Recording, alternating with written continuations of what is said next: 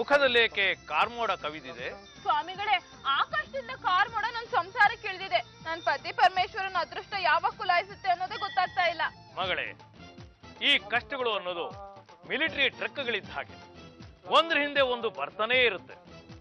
ನೀನು ಸಂಸಾರದ ವ್ಯಾಮೋಹನ ಬಿಟ್ಟು ಬಿಡಬೇಕು. ಅದೇನ್ ಬಿಡೋದಕ್ಕಾಗುತ್ತೆ? ಬಿಡೋದಕ್ಕೆ ಅದೇನ್ ಕಾಫಿನ ಇಲ್ಲ ಸಿಗರೇಟಾ? ಬಿಡದೇ ಇದ್ರೆ ದಿನದಿಂದ ದಿನಕ್ಕೆ ಆಸೆಗಳು ಹೆಚ್ಚುತ್ತಾ ಹೋಗುತ್ತೆ. ಎಂತ ಚೀಫ್ ಸ್ವಾಮಿಗಳ್ರಿ ನೀವು? ಸರ್ವಸಂಗ ಪರಿತ್ಯಾಗಿಗಳು ಅಂತ ಹೇಳ್ತೀರಾ? ಊಟಕ್ಕೆ ಏನ್ ಮಾಡ್ತೀರಾ? ಬೇಡಿ ತಿನ್ನುತ್ತೇವೆ. ಬೇಡಿ ತಿನ್ನೋದಕ್ಕೆ ಆಹಾರ ಎಲ್ಲಿಂದ ಬರುತ್ತೆ? ಆಹಾರಕ್ಕೋಸ್ಕರ ರೈತರು ಕಷ್ಟ ಪಡ್ಬೇಕಾಗುತ್ತೆ, ಬೆವರು ಸುರಿಸ್ಬೇಕಾಗುತ್ತೆ. ಯಾರೋ ಒಬ್ಬರು ಕಷ್ಟಪಡುತ್ತಾರೆ. ರೈತರು ಕಷ್ಟಪಟ್ಟು ಬೆಳೆದಿದ್ದನ್ನ ನೀವು ಬೇಡಿ ತಿಂತೀರಾ ಅಂದ್ರೆ ನೀವು ರೈತರು ಋಣದಲ್ಲಿ ಇರ್ತೀರಾ. ಅಲ್ಲ, ಒಳ್ಳೆ ಮಾತುಗಳನ್ನ ಹೇಳಿ ಅಂತ ಹೇಳಿದ್ರೆ ನನ್ಗೆ ಫಿಟ್ಟಿಂಗ್ ಇಡ್ತೀರಾ? ನನ್ನೇ ಸನ್ಯಾಸಿನೇ ಆಗು ಅಂತ ಹೇಳ್ತೀರಾ? ಎಳೆ ಮೂರ್ಖ ಹೆಂಗಸೆ, ನನ್ನನ್ನು ಯಾರೆಂದು ತಿಳಿದಿದ್ದಿ? ತಪಸ್ಸನ್ನು ಮಾಡಿ ಶಕ್ತಿಯನ್ನು ಪಡೆದಿರುವ ಸಿದ್ಧಿ ಪುರುಷ ನಾನು. ಇನ್ನೊಂದು ಮಾತನಾಡಿದರೆ ನಿನಗೆ ಶಾಪವನ್ನು ಕೊಟ್ಟು ಬಿಡುತ್ತೇನೆ. ಶಾಪ ಕೊಡ್ತೀರಾ? ಯಾವ ತರ ಶಾಪ ಕೊಡ್ತೀರಾ? ನಿನ್ನ ಮನಸ್ಸಿನಲ್ಲಿರುವ ದುಗುಡವನ್ನು ಹೊರಗೆ ಹಾಕುತ್ತಿದ್ದೀಯೇ. ಇನ್ನು ಮುಂದೆ ನಿನ್ನ ಮನಸ್ಸಿನಲ್ಲಿ ಯಾವುದೇ ಕೆಟ್ಟ ಅಭಿಪ್ರಾಯ ಬಂದರೂ ಅದು ಎಲ್ಲರಿಗೂ ಕೇಳಿಸುವಂತಾಗಲಿ. ಹೋಗು, ಇದು ನನ್ನ ಶಾಪ. ಬಾರೋ, ಇಲ್ಲಿ ನೋಡಮ್ಮ ಯಾರು ಬಂದಿದ್ದಾರೆ ಅಂತ. ಡೈರೆಕ್ಟರ್ ದಾಮೋದರ್ ಸರ್ ಬಂದಿದ್ದಾರೆ. ಇವ್ರು ನೆಕ್ಸ್ಟ್ ಮಾಡ್ತಾರೋ ಪಿಕ್ಚರ್ ಅಲ್ಲಿ ನನ್ಗೊಂದು ಇಂಪಾರ್ಟೆಂಟ್ ರೋಲ್ ಕೊಡ್ತಾ ಇದಾರೆ. ಹೋಗು, ಕಾಫಿ ಬಿಸ್ಕೆಟ್ ಹೋಗು ಹೋಗು. ನಮ್ಮ ಮನೆಗೆ ಈ ಡೈರೆಕ್ಟರ್ ಒಬ್ಬ ಕಡಿಮೆ ಇದ್ದ.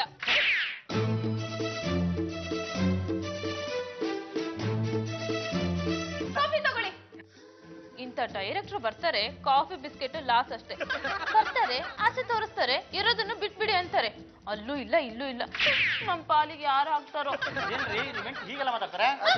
ನಾನೇನಂದೆ ಸರ್? ಬಾರೋ, ನಮ್ ಡೈರೆಕ್ಟರ್ ಬಗ್ಗೆ ಏನೇನೋ ಮಾತಾಡಬೇಡ. ನಾನೇನು ಮಾತಾಡಿಲ್ಲ ರೀ. ಇಂಥ ಡೈರೆಕ್ಟರ್ಗಳನ್ನ 100 ಜನ ನೋಡ್ಬಿಟ್ಟಿದ್ದೀನಿ. ಸುಮ್ನೆ ಬರ್ತಾರೆ, ತಲೆ ಕೆಡಿಸ್ತಾರೆ, ಇರೋದನ್ನ ಹಾಳು ಮಾಡಿ ಹೋಗುವಂತವ್ರೆ. ಇಂಥವ್ರು ಇದ್ರು ಒಂದೇ, ಸತ್ರು ಒಂದೇ. ಏನ್ರಿ ಮಿಸ್ಟರ್ ಪರಮೇಶ್ವರ್, ಮನೆಗೆ ಕರ್ಸಿ ನಿಮ್ ಹೆಂಡತಿ ಈ ತರ ಬಯಸ್ತೀರಾ? ನಿಮ್ಗೆ ಕಾಫಿನೂ ಬೇಡ, ನಿಮ್ ಬಿಸ್ಕತ್ತು ಬೇಡ. ಸತ್ರು ನಿಮ್ಗೆ ನನ್ನ ಸಿನಿಮಾದಲ್ಲಿ ಚಾನ್ಸ್ ಕೊಡೋದಿಲ್ಲ. ಸರ್, ತಪ್ಪು ತಿಳ್ಕೊಂಬಿಡಿ ಸರ್. ನನ್ನ ಹೆಂಡತಿಗೆ ಇತ್ತೀಚೆಗೆ ಸ್ವಲ್ಪ ಹುಚ್ಚು. ಯಾರಿಗ್ರಿ ಹುಚ್ಚು? ಬಂದಿದ್ದಾನಲ್ಲ ಡೈರೆಕ್ಟ್ರು, ಇವನಿಗೆ ಹುಚ್ಚು. ಕರೆಕ್ಟ್ ಆಗಿ ಹೇಳಿದಿ. ನೋಡಿದ್ರೇನ್ರಿ ನಿಮ್ ಹೆಂಡತಿ ಹಾಗೆ ಮಾತಾಡ್ತಾ ಇದಾರೆ? ಬನ್ರಿ ನಮ್ಮ ಆಫೀಸ್ಗೆ, ಗೂರ್ಕುನ್ ಹೇಳಿ ಕತ್ತಿ ರಾಜ್ಯ ತಪ್ಪಿಸ್ಬಿಡ್ತೀನಿ. ಅಕ್ಕ, ನೀ ಬೈಯು ಮನುಷ್ಯನಾಗಿ ಮಾಮ ಬೈದಿ, ನನಗ್ ಬೈದಿ, ಎಲ್ಲಾರು ಬೈದಿ. ನಾ ಅನ್ಕೊಳ್ದೆ ಇರೋದಿನ ಅನ್ಕೊಂಡಿದ್ಯಾ ಅಂತ ಹೇಳಿದ್ರೆ ಏನೋ ಮಾಡ್ಲಿ? ಅನ್ಕೊಳ್ಳೋದೇನು ಬಂದಕ್ಕ, ಎಲ್ಲಾರು ಕೇಳೋಂಗ ಬೈದಿ. ನಾನು ಯಾವಾಗ ಬೈದೆ? ನನಗ ಬೇದಲ್ಲ. ಬೈತೀನಿ ಕಣೋ, ಏನೋ ಮಾಡ್ತೀಯಾ? ಏನೇ ಪಾರು, ಯಾರು ಸಿಗ್ಲಿಲ್ಲ ಅಂತ ಸುಬ್ಬ ಜೊತೆ ಜಗಳ ಆಡ್ತಾ ಕೂತಿದ್ಯಾ? ಬಂದ್ರು ಬಿಟ್ಟಿ ಕಾಫಿ ಕುಡಿಯೋದಕ್ಕೆ. ಕೇಳಿಸ್ಕೊಂಡ್ರಾ ಏನಂದ್ಲು ಅಂತ? ಹೋಗ್ಲಿ ಬಿಡಮ್ಮ, ನಾವು ಅದಕ್ಕೆ ತಾನೇ ಬಂದಿದ್ದು. ನಾಚಿಕೆ ಇಲ್ದವ್ರು. ಅಕ್ಕ, ನೀ ಹೇಳಿದ್ ನಿಜ ಕಣೆ. ಪಾರು ಆಂಟಿ ಯಾಕೆ ಈ ರೀತಿ ಮಾತಾಡ್ತಿದಾರೆ? ಬರೋದು ಪಿನ್ನಿಡೋದು, ಗಂಡ ಹೆಂಡತಿ ನಡುವೆ ಜಗಳ ತಂದಿಟ್ಟು ತಮಾಷೆ ನೋಡೋದು, ಇನ್ನೇನ್ ಕೆಲ್ಸ ಇದೆ ಇವ್ರಿಗೆ? ಇದೇ ಆಗೋಯ್ತು ಜೀವನ. ಕಾರಣ ಇಲ್ಲೇ ನೀನ್ ನನ್ನ ಬೈತಿದ್ಯಾ ಕಣೆ. ನಮ್ಮ ಅಕ್ಕ ನಿಮ್ಮನ್ನ ಅಷ್ಟಲ್ರಿ, ನನ್ನ ಬೈದ. ನನಗ್ ಬರ್ತಾ ಇರೋ ಕೋಪದಲ್ಲಿ ಒಬ್ಬೊಬ್ರನ್ನ ಹಿಡ್ಕೊಂಡು ಚೆನ್ನಾಗಿ ಚಚ್ಬಿಡೋಣ ಅನಿಸ್ತಾ ಇದೆ ರೀ. ದೇವಸ್ಥಾನದ ಹಳ್ಳಿ ಕಟ್ಟೆ ಹತ್ರ ನಂಗೊಬ್ಬ ಸನ್ಯಾಸಿ ಸಿಕ್ಕಿದ್ದ, ಅವ್ರ ಹತ್ರ ಮಾತಾಡೋಣ ಅಂತ ಹೋದೆ. ಇಷ್ಟ ಆಯ್ತು. ಬಾರೋ, ಆ ಸನ್ಯಾಸಿ ಎಲ್ಲಿದಾನಂತ ಹುಡುಕಿ ಅವನ ಹತ್ರ ಕ್ಷಮೆ ಕೇಳ್ಕೊಂಬಾರಮ್ಮ. ಸ್ವಾಮಿ, ನನ್ನಿಂದ ತಪ್ಪಾಗಿದೆ. ನೀನು ಬರ್ತೀಯ ಅಂತ ನನಗೆ ಗೊತ್ತಿತ್ತು ಮಗಳ. ನಾನ್ ಸಿಟ್ನಲ್ಲಿ ಏನೇನೋ ಮಾತಾಡ್ಬಿಟ್ಟೆ.